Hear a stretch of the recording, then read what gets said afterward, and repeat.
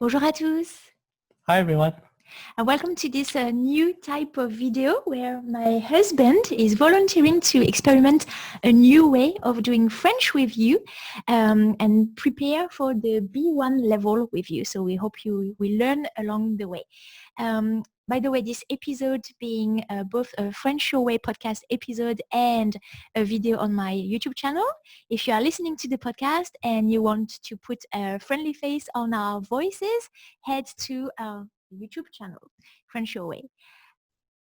So stop making noise with your notepad, you're fine.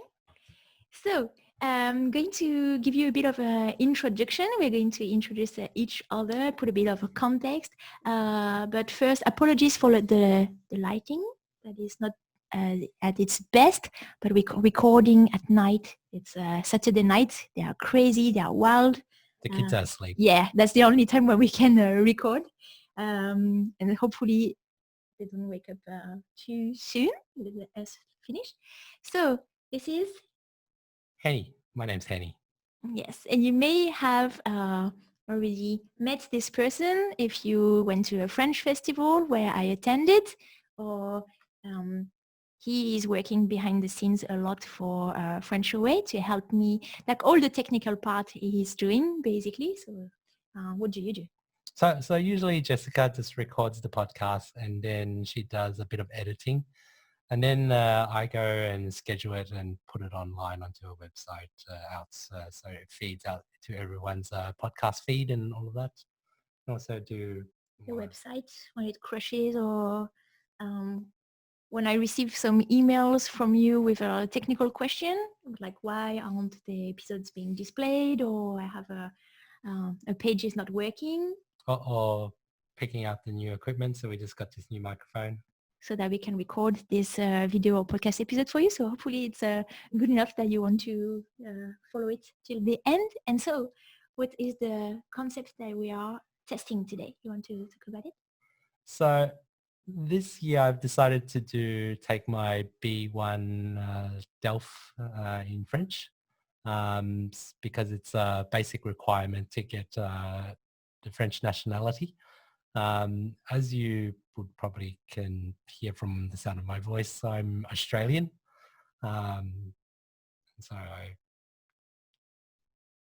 So we're married. We've been married for a few years, and now you qualify to apply for the French citizenship.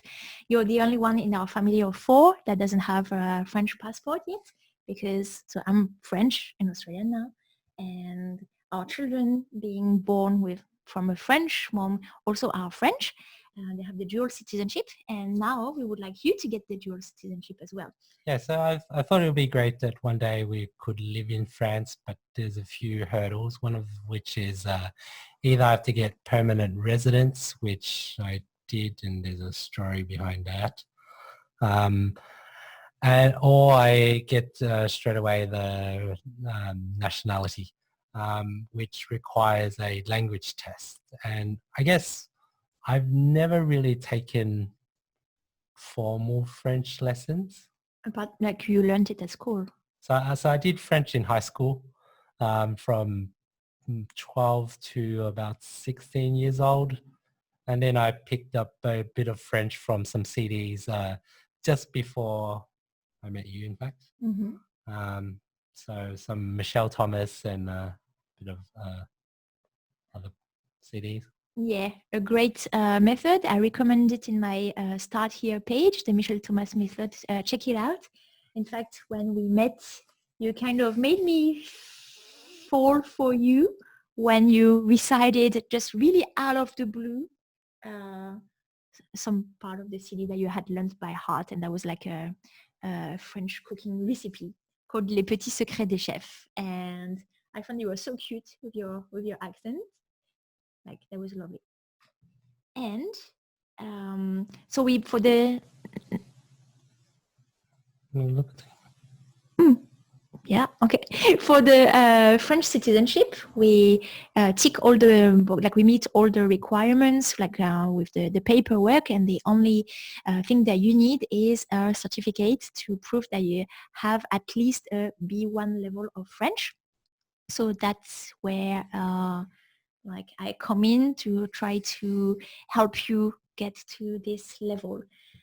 But you've never...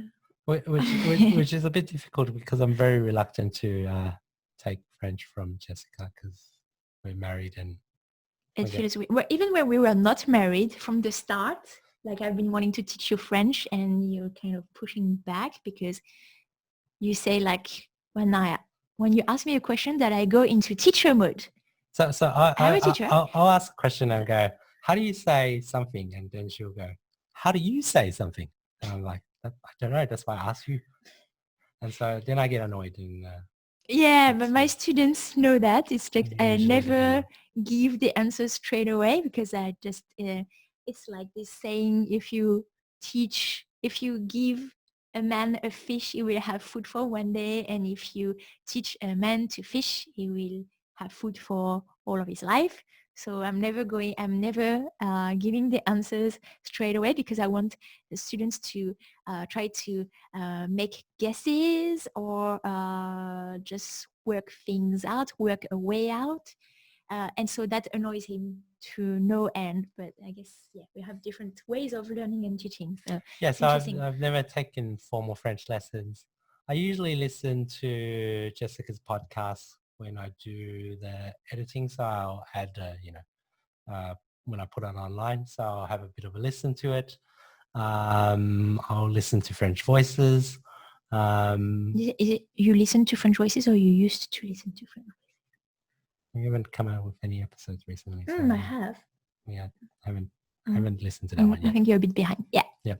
So I'll try to listen to it to check the quality of both the sound and sort of if it's an interesting conversation, I'll go for it as well. So that's what I do. Mm-hmm. So that's interesting because usually with students, there are two, like that. Well, a test has 4 components. It has the reading, the listening, the writing, and the speaking. So there are 2 oral skills and 2 written skills. And usually students find that, so in the order of like being the easiest to the hardest, the easiest will be the written skills, the written components, because it's something that you can take your time to work out. So the reading would be the easiest part. And then the writing, because it has to come from you, but at least you have time to think about what you're going to write. And then the oral component would be more difficult because what's oral is instant, like you can't pause and you don't have any like visual support. So the speaking may be a little bit easier according to students, like generally. Than the listening that can really freeze students, although speaking also have, if you have a conversation, you're supposed to say things and you're supposed to be able to also do the listening, so it's double skill. But I guess for you, it's almost the other way around, in the sense that you're really used to hear me talk French, or like when we go to friends, or you've been listening to CDs, your oral skills are more advanced. You're kind of a quiet guy, so you don't speak that much. Even when we're in France, like I'm like, why don't you take the opportunity to like really practice your French? But you do understand a lot of oral. However, you never have the need to read or write. So the part that I'm the most concerned for you is the essay, like the writing part. Do you agree with that? Yeah, probably. Yeah. And you started reading a little bit in French. What do you read? Do I? Bah oui. Like you're listening, like you've put your phone on French and you read French articles. I've changed my iPhone to French. It's a little bit annoying because every other app changes to French as well. So I have trouble navigating my phone at the moment. I read Lily's books, our daughter. She has a lot of French books. Oh, that's so cute when you read to... She'll often correct my pronunciation though. Mm-hmm. Last one she did was tunnel. Tunnel? Okay. Something went through a tunnel. So, Mhm. I do a bit of that. I've been trying to read the French news on the French websites. I guess you know every vocab word about coronavirus and stuff. Yeah, otherwise I follow That's some all there French is. people on Twitter. Mhm. So I'll do a bit of that, and sometimes I don't understand everything they're saying. But generally when I'm in France, I can follow the conversation that the family's having, or I can respond to questions usually. Mhm. Yeah. I'll watch TV in France just fine. There's no subtitles in France when you watch TV. Well, we do put the subtitles for the hearing impaired. Yeah, so there's no translation subtitles. So it's not like Australian TV where there's translation of the language in subtitles. Because everything is in French. Like every movie is dubbed. There's nothing in the original version. So I watched Forrest Gump for the first time ever in my life, and that was in French. Mm-hmm. In the last time we went to France, and I found that very enjoyable. I understood the whole story and everything, so I have no problems doing that. And I can generally follow along French voices. It's fine. It's just I probably don't stress about not understanding every single word. That's important. Yeah. When a conversation is happening at the dinner table,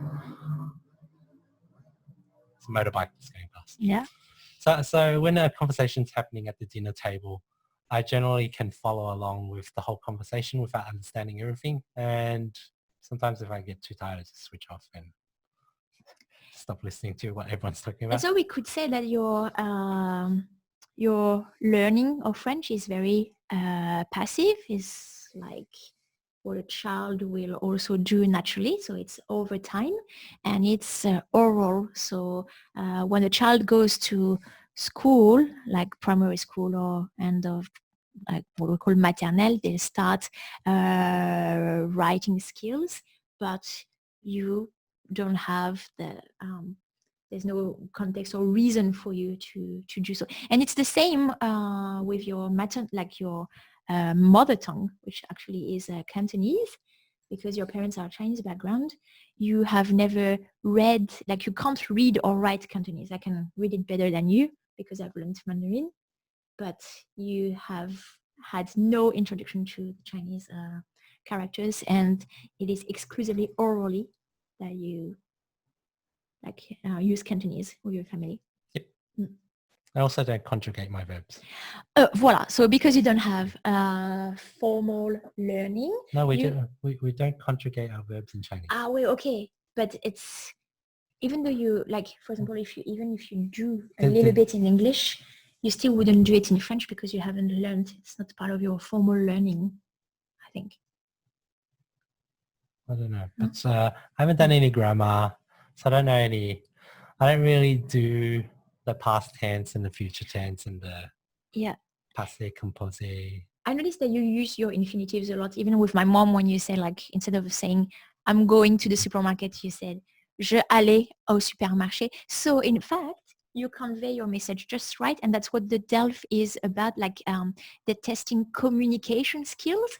So even if you have no grammar or how do you call that, lack of knowledge, grammatical knowledge, it doesn't account for that many points because you're able to convey your message, be understood and understand. So that's what they want. So just to reassure you, because you were like, Santa brought you, I don't know if you have it here, book to prepare for the DELF B1. And when you browsed through it, you were completely overwhelmed and you were like, oh, do I need to learn all that? It was there's, like, if you want to do things properly, there's a lot of grammatical skills that it's nice to be handling well. But you are in a special case when even without all that formal grammar, you are able to have a your conversation skills are pretty good still. Mm-hmm. So we'll see that because you So do we tell them about how I applied for the wrong visa? no, it's just going to. No, we can tell them the bit. So if you want, but it's a bit of a long digression, I think. So we applied for the wrong visa when we went to France the last time. And so I actually have permanent residence there now. But as part of that, I had to have a French language test. Mm-hmm. I thought I did pretty good in that. Because there was a written test and there was a oral test, and I could communicate quite well, I thought, with the person conducting the test. Mm-hmm. And Jessica wasn't allowed to be there. I wasn't even around. Yeah. I was with the kids somewhere else. So we went through that, and I did quite well that I didn't need to do the compulsory 4 days yes. language yeah. Language lessons or in France. Yes. Yep. But we agree that you don't have the level, for example, if you want to try to find a job in finance, and B1 level will not give you that level. But if you wanted to work in France, you would need a whole lot more than that. Yeah. So we thought we'd record this together because I need the B1 level. Since we're going to do it, anyway, we're just recording it and just. Yes. And if someone else is doing a B1 level as well, or wants to follow along, they can follow the progress and do the same test that I've done, that I've just did, because it was the sample B1. Yes. So I haven't started giving any lesson. I told him, okay, you need to do a mock exam paper, like a sample of the real exam. Okay, and I'll put the link for you in the description, so you can also take it. You can also find the answers for the listening and the reading.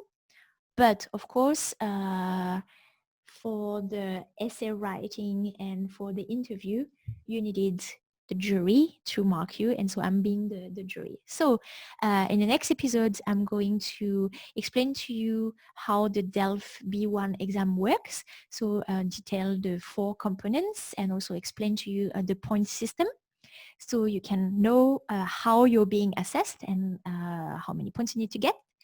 And then I'm going to, because Henny has taken the exam, but he doesn't know his results yet. We are going to share the result with you at the same time. I'm going to give him the results of his test, and we'll go through the interview and the essay. And as we'll go, I will correct his mistakes and teach him a few things. And hopefully you can benefit from these tips.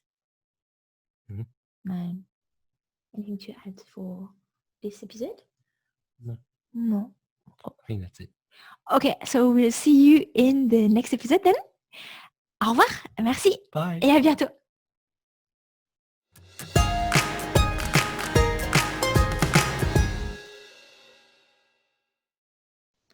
Bonjour à tous. Hi. Alors, un peu plus enthousiaste. Tu peux dire bonjour. Yeah, Hi, mais 10 seconds later. Can I just wave? Bon non, say something. Bonjour à tous. Bonjour. No matter what language I say it in, it's going to.